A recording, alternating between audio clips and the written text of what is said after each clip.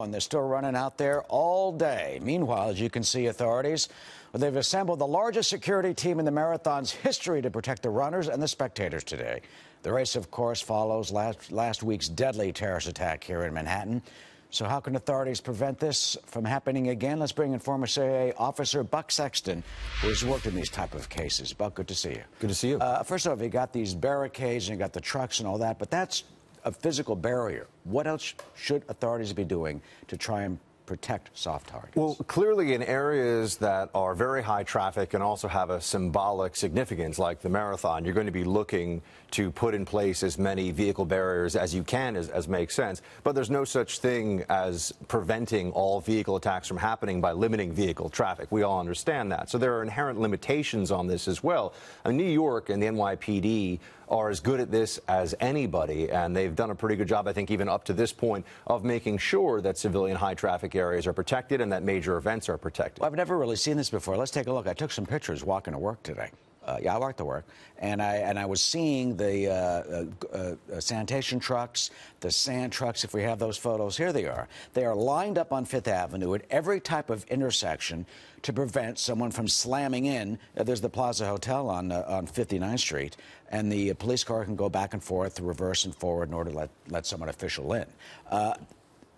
We got to do this all around the country at every public event to prevent a terrorist from doing what happened this past week. Well, there are a lot of concrete barriers. Anytime you go to a major sporting event, you go to a sports stadium, most people don't even notice, but there are things that are often put in place that are specifically meant to prevent a vehicle from being able to get inside, either to run people down or to be a VBIED. Every sidewalk in the United States of America. Not. How do you...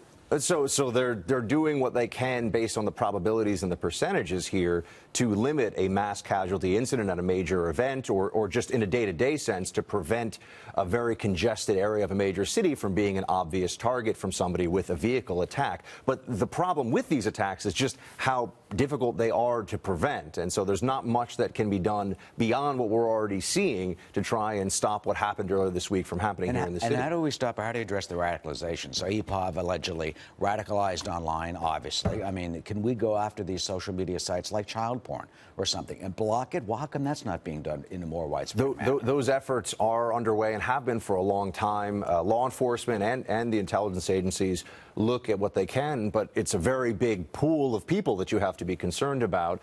With the different apps, with the encrypted apps, for example, there are even problems getting access to them sometimes. You have to watch a whole lot of individuals in their conversations. You simply don't have the resources to do 24/7 surveillance, even when you know somebody has radicalized. They may be just written down and there may be a file of it, but it's not. Wait, say that again. If the authorities know someone's been radicalized, it's not possible to have a 24/7 surveillance team on every individual that we believe has ideologically radicalized. If they do not have criminal activity that they can be arrested for, just saying that you think the Islamic State is a good thing, or just saying that you wish one day that the jihad would overtake America.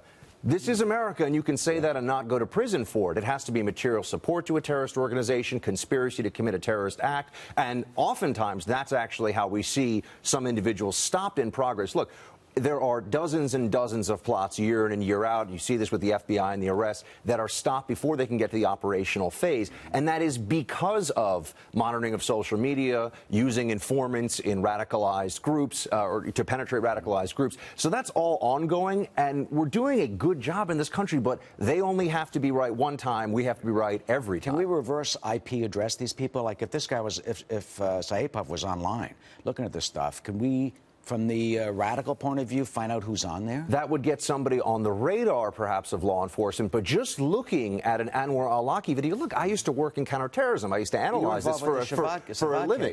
Back in 2010. Bomber. The NYPD and the joint JTTF of the FBI, Joint Terrorism Task Force, dealing with the Faisal Shahzad case in 2010. But just because somebody goes on to one of these websites, that's not itself an illegal act. They would have to take a step beyond that, either part of a conspiracy conspiracy, material support, trying to buy illegal weapons or explosives. And so they can monitor, and they are monitoring, and they're doing the best that they can. But you're talking about a huge amount of individuals that fall under the category of have not broken the law, but have concerning ideology. And finally, quickly, C.I.A. apparently, according to court papers, wanted to fly the flag and hang the flag of the ISIS state in his hospital room over at Bellevue. This guy is unrepentant. He's unapologetic. He is defiant. How do you get inside that head when they're here in America and he's proud, we're told, that he killed these people? It's not surprising at all that he's a true believer in this way and that he has embraced evil to this extent, given what he did.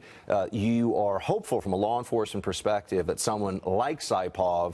is more open about his intentions, wants to be a braggart about his plans. That's often how these guys get stopped before they can actually hurt anybody. If they have good operational security, if they keep it quiet, if they don't try to engage a broader cell or an incredibly complex plot, it gets a lot harder. Well, it is the challenge of our time. Buck Sexton, thank you for your service to this country. Thank you, sir. CIA, and thank you for being here on this Sunday. Thank you very much. Of course.